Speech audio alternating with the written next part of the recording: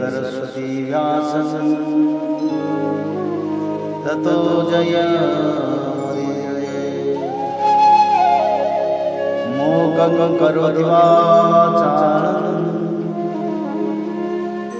पंगुलंघयते यत्कृपातमहं वन्दे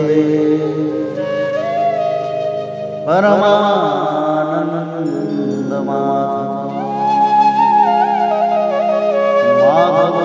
माधवो वाक्यं माधवो हरि परन्ते साधवा नित्यं सकलकार्येषु मां।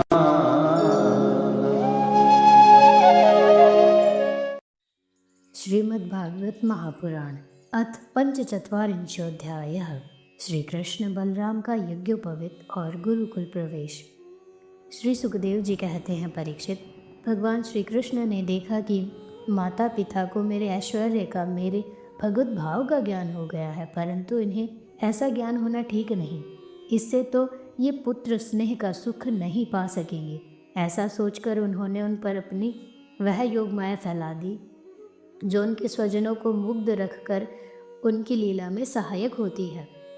यदुवंश शिरोमणि भगवान श्री कृष्ण बड़े भाई बलराम जी के साथ अपने माँ बाप के पास जाकर आदरपूर्वक और विनय से झुककर मेरी अम्मा, मेरे पिताजी, इन शब्दों से उन्हें प्रसन्न करते हुए कहने लगे, पिताजी, माताजी, हम आपके पुत्र हैं और आप हमारे लिए सर्वदा उत्कंठित रहे हैं। फिर भी आप हमारे बाल्य, पौगंड और किशोर अवस्था का सुख हमसे नहीं पा सके। दुर्दैववश हम लोगों को आपके पास रहने का सौभाग्य ही नहीं मिला। इसी से बालकों को माता पिता के घर में रहकर जो लाड़ प्यार का सुख मिलता है वह हमें नहीं मिल सका। पिता और माता ही इस शरीर को जन्म देते हैं और इसका लालन पालन करते हैं। तब कहीं जाकर यह शरीर धर्म, अर्थ, काम अथवा मोक्ष की प्राप्ति का साधन बनता है। यदि कोई मनुष्य 100 वर्ष तक जीकर माता और पिता की सेवा करता रहे तब भी वह उनके उपकार से उऋण नहीं हो सकता। जो पुत्र सामर्थ्य रहते भी अपने माँ बाप की शरीर और धन से सेवा नहीं करता, उसके मरने पर यमदूत उसे उसके अपने शरीर का मांस खिलाते हैं। जो पुरुष समर्थ होकर भी बूढ़े माता पिता, सती पत्नी, बालक, संतान, गुरु, ब्राह्मण और शरणागत का भरण पोषण नहीं करता, वह जीता हुआ भी मुर्दे के समान ही है। पिताजी, हमारे इतने दिन व्यर्थ ही बीत गए, क्योंकि कंस के भय से सदा उद्विग्नचित्त रहने के कारण हम आपकी सेवा करने में असमर्थ रहे। मेरी माँ और मेरे पिताजी, आप दोनों हमें क्षमा करें। हाय, दुष्ट कंस ने आपको इतने इतने कष्ट दिए, परंतु हम परतंत्र रहने के कारण आपकी कोई सेवा शुश्रूषा न कर सके। श्री सुखदेव जी कहते हैं, परीक्षित, अपनी लीला से मनुष्य बने हुए विश्वात्मा श्री हरि की इस वाणी से मोहित हो देवकी वसुदेव ने उन्हें गोद में उठा लिया और हृदय से चिपकाकर परमानंद प्राप्त किया। राजन, वे स्नेह पास से बंधकर पूर्णतः मोहित हो गए और आंसुओं की धारा से उनका अभिषेक करने लगे। यहाँ तक कि आंसुओं के कारण उनका गला रुंध जाने से वे कुछ बोल भी न सके। देवकी नंदन भगवान श्री कृष्ण ने इस प्रकार अपने माता पिता को सांत्वना देकर अपने नाना उग्रसेन को यदुवंशियों का राजा बना दिया और उनसे कहा, महाराज, हम आपकी प्रजा हैं, आप हम लोगों पर शासन कीजिए। राजा ययाति का शाप होने के कारण यदुवंशी राज सिंहासन पर नहीं बैठ सकते, परंतु मेरी ऐसी ही इच्छा है, इसीलिए आपको कोई दोष न होगा। जब मैं सेवक बनकर आपकी सेवा करता रहूँगा तब बड़े बड़े देवता भी सिर झुकाकर आपको भेंट देंगे। दूसरे नरपतियों के बारे में तो कहना ही क्या है। परीक्षित, भगवान श्री कृष्ण ही सारे विश्व के विधाता हैं। उन्होंने जो कंस के भय से व्याकुल होकर इधर उधर भाग गए थे, उन यदु, वृष्णि, अंधक, मधु, दाशार्ह और कुकुर आदि वंशों में उत्पन्न समस्त सजातीय संबंधियों को ढूंढ ढूंढ कर बुलवाया। उन्हें घर से बाहर रहने में बड़ा क्लेश उठाना पड़ा था। भगवान ने उनका सत्कार किया, सांत्वना दी और उन्हें खूब धन संपत्ति देकर तृप्त किया तथा अपने अपने घरों में बसा दिया। अब सारे के सारे यदुवंशी भगवान श्री कृष्ण तथा बलराम जी के बाहुबल से सुरक्षित थे। उनकी कृपा से उन्हें किसी प्रकार की व्यथा नहीं थी, दुख नहीं था। उनके सारे मनोरथ सफल हो गए थे, वे कृतार्थ हो गए थे। अब वे अपने अपने घरों में आनंद से विहार करने लगे। भगवान श्री कृष्ण का वदन आनंद का सदन है। वह नित्य प्रफुल्लित, कभी न कुम्हलाने वाला कमल है। उनका सौंदर्य अपार है, सदैव हास्य और चितवन उस पर सदा नाचती रहती है। यदुवंशी दिन प्रतिदिन उसका दर्शन करके आनंद मग्न रहते। मथुरा के वृद्ध पुरुष भी युवकों के समान अत्यंत बलवान और उत्साही हो गए थे, क्योंकि वे अपने नेत्रों के दोनों से बारंबार भगवान के मुखारविंद का अमृतमय मकरंद रस पान करते रहते थे। प्रिय परीक्षित, आप देव के नंदन भगवान श्री कृष्ण और बलराम जी दोनों ही नंद बाबा के पास आए और गले लगने के बाद उनसे कहने लगे, पिताजी, आपने और माँ यशोदा ने बड़े स्नेह और दुलार से हमारा लालन पालन किया है। इसमें कोई संदेह नहीं कि माता पिता संतान पर अपने शरीर से भी अधिक स्नेह करते हैं। जिन्हें पालन पोषण न कर सकने के कारण स्वजन संबंधियों ने त्याग दिया है, उन बालकों को जो लोग अपने पुत्र के समान लाड़ प्यार से पालते हैं, वे ही वास्तव में उनके माँ बाप हैं। पिताजी, अब आप लोग व्रज में जाइए। इसमें संदेह नहीं कि हमारे बिना वात्सल्य स्नेह के कारण आप लोगों को बहुत दुख होगा। यहाँ के सुहृद संबंधियों को सुखी करके हम आप लोगों से मिलने के लिए आएंगे।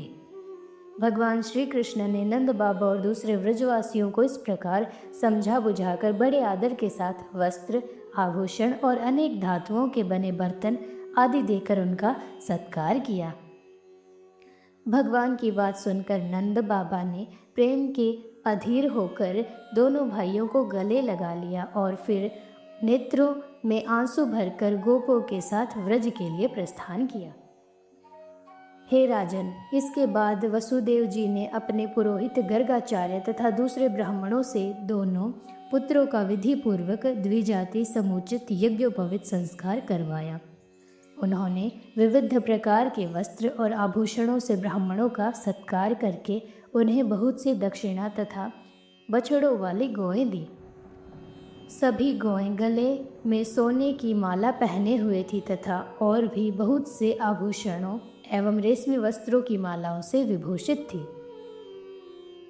महामती वसुदेव जी ने भगवान श्री कृष्ण और बलराम जी के जन्म नक्षत्र में जितनी गौएं मन ही मन संकल्प करके दी थी, उन्हें पहले कंस ने अन्याय से छीन लिया था। अब उनका स्मरण करके उन्होंने ब्राह्मणों को वे फिर से दी। इस प्रकार यदुवंश के आचार्य गर्ग जी से संस्कार कराकर बलराम जी और भगवान श्री कृष्ण द्विजत्व को प्राप्त हुए। उनका ब्रह्मचर्य व्रत अखंड तो था ही, अब उन्होंने गायत्री पूर्वक अध्ययन करने के लिए उसे नियमितः स्वीकार किया। श्री कृष्ण और बलराम जगत के एकमात्र स्वामी हैं, सर्वज्ञ हैं, सभी विद्याएं उन्हीं से निकली हैं। उनका निर्मल ज्ञान स्वतः सिद्ध है, फिर भी उन्होंने मनुष्य की सी लीला करके उसे छिपा रखा था। अब वे दोनों गुरुकुल में निवास करने की इच्छा से काश्यप गोत्री सांदीपनी मुनि के पास गए, जो अवंतीपुर उज्जैन में रहते थे। वे दोनों भाई विधि पूर्वक गुरु जी के पास रहने लगे। उस समय वे बड़े ही सुसंयत, अपनी चेष्टाओं को सर्वथा नियमित रखे हुए थे। गुरु जी तो उनका आदर करते ही थे, भगवान श्री कृष्ण और बलराम जी भी गुरु की उत्तम सेवा कैसे करनी चाहिए इसका आदर्श लोगों के सामने रखते हुए बड़ी भक्ति से इष्ट देव के समान उनकी सेवा करने लगे। गुरुवर सांदीपनी जी उनकी शुद्ध भाव से युक्त सेवा से बहुत प्रसन्न हुए। उन्होंने दोनों भाइयों को छहों अंग और उपनिषदों के सहित संपूर्ण वेदों की शिक्षा दी। इनके सिवा मंत्र और देवताओं के ज्ञान के साथ धनुर्वेद, मनुस्मृति आदि धर्मशास्त्र, मीमांसा आदि वेदों का तात्पर्य बतलाने वाले शास्त्र, तर्क विद्या, न्याय शास्त्र आदि की भी शिक्षा दी। साथ ही संधि, विग्रह, यान, आसन, द्वेद और आश्रय, इन 6 भेदों से युक्त राजनीति का भी अध्ययन कराया। परीक्षित, भगवान श्री कृष्ण और बलराम सारी विद्याओं के प्रवर्तक हैं। इस समय केवल श्रेष्ठ मनुष्य का सा व्यवहार करते हुए ही वे अध्ययन कर रहे थे। उन्होंने गुरुजी के केवल एक बार कहने मात्र से सारी विद्याएं सीख ली। केवल 64 दिन रात में ही संयम शिरोमणि दोनों भाइयों ने 64 कलाओं का ज्ञान प्राप्त किया। इस प्रकार अध्ययन समाप्त होने पर उन्होंने सांदीपनी मुनि से प्रार्थना की कि आपकी जो इच्छा हो गुरु दक्षिणा मांग ले। महाराज सांदीपनी मुनि ने उनकी अद्भुत महिमा और अलौकिक बुद्धि का अनुभव कर लिया था, इसीलिए उन्होंने अपनी पत्नी से सलाह करके यह गुरु दक्षिणा मांगी कि प्रभास क्षेत्र में हमारा बालक समुद्र में डूबकर मर गया था, उसे तुम लोग ला दो। बलराम जी और श्री कृष्ण का पराक्रम अनंत था, दोनों ही महारथी थे। उन्होंने बहुत अच्छा कहकर गुरु जी की आज्ञा स्वीकार की और रथ पर सवार होकर प्रभास क्षेत्र में गए। वे समुद्र तट पर जाकर क्षण भर बैठे रहे। उस समय यह जानकर कि ये साक्षात परमेश्वर है, अनेक प्रकार की पूजा सामग्री लेकर समुद्र उनके सामने उपस्थित हुआ। भगवान ने समुद्र से कहा, समुद्र, तुम यहाँ अपनी बड़ी बड़ी तरंगों से हमारे जिस गुरुपुत्र को बहा ले गए थे उसे लाकर शीघ्र हमें दो। मनुष्य वेशधारी समुद्र ने कहा, देवाधिदेव श्री कृष्ण, मैंने उस बालक को नहीं लिया है। मेरे जल में पंचजन नाम का एक बड़ा भारी दैत्य जाति का असुर शंख के रूप में रहता है। अवश्य ही उसी ने वह बालक चुरा लिया होगा। समुद्र की बात सुनकर भगवान तुरंत ही जल में जा घुसे और शंखासुर को मार डाला, परंतु वह बालक उसके पेट में नहीं मिला। तब उसके शरीर का शंख लेकर भगवान रथ पर चले आए। वहाँ से बलराम जी के साथ श्री कृष्ण ने यमराज की प्रिय पुरी संयमनी में जाकर अपना शंख बजाया। शंख का शब्द सुनकर सारी प्रजा का शासन करने वाले यमराज ने उनका स्वागत किया और भक्ति भाव से भरकर विधि पूर्वक उनकी बहुत बड़ी पूजा की। उन्होंने नम्रता से झुककर समस्त प्राणियों के हृदय में विराजमान सच्चिदानंद स्वरूप भगवान श्री कृष्ण से कहा, लीला से ही मनुष्य बने हुए सर्वव्यापक परमेश्वर, मैं आप दोनों की क्या सेवा करूं? श्री भगवान ने कहा, यमराज, यहाँ अपने कर्म बंधन के अनुसार मेरा गुरुपुत्र लाया गया है। तुम मेरी आज्ञा स्वीकार करो और उसके कर्म पर ध्यान न देकर उसे मेरे पास ले आओ। यमराज ने जो आज्ञा कहकर भगवान का आदेश स्वीकार किया और उनका गुरुपुत्र ला दिया। तब यदुवंश शिरोमणि भगवान श्री कृष्ण और बलराम जी उस बालक को लेकर उज्जैन लौट आए और उसे अपने गुरुदेव को सौंपकर कहा कि आप और जो कुछ चाहे मांग लें। गुरुजी ने कहा, बेटा, तुम दोनों ने भली भांति गुरु दक्षिणा दी, अब और क्या चाहिए? जो तुम्हारे जैसे पुरुषोत्तमों का गुरु है, उसका कौन सा मनोरथ अपूर्ण रह सकता है? वीरों, अब तुम दोनों अपने घर जाओ। तुम्हें लोगों को पवित्र करने वाली कीर्ति प्राप्त हो। तुम्हारी पढ़ी हुई विद्या इस लोक और परलोक में सदा नवीन बनी रहे, कभी विस्मृत न हो। बेटा परीक्षित, फिर गुरुजी से आज्ञा लेकर वायु के समान वेग और मेघ के समान शब्द करने वाले रथ पर सवार होकर दोनों भाई मथुरा लौट आए। मथुरा की प्रजा बहुत दिनों तक श्री कृष्ण और बलराम को न देख सकने से अत्यंत दुखी हो रही थी। अब उन्हें आया हुआ देख सब के सब परमानंद में मग्न हो गए, मानो खोया हुआ धन मिल गया हो। इति श्रीमद्भागवते महापुराणे पारमहंस्यां संहितायां दशमस्कन्धे पूर्वार्धे गुरुपुत्रानयनं नाम 45 जय जगन्नाथ।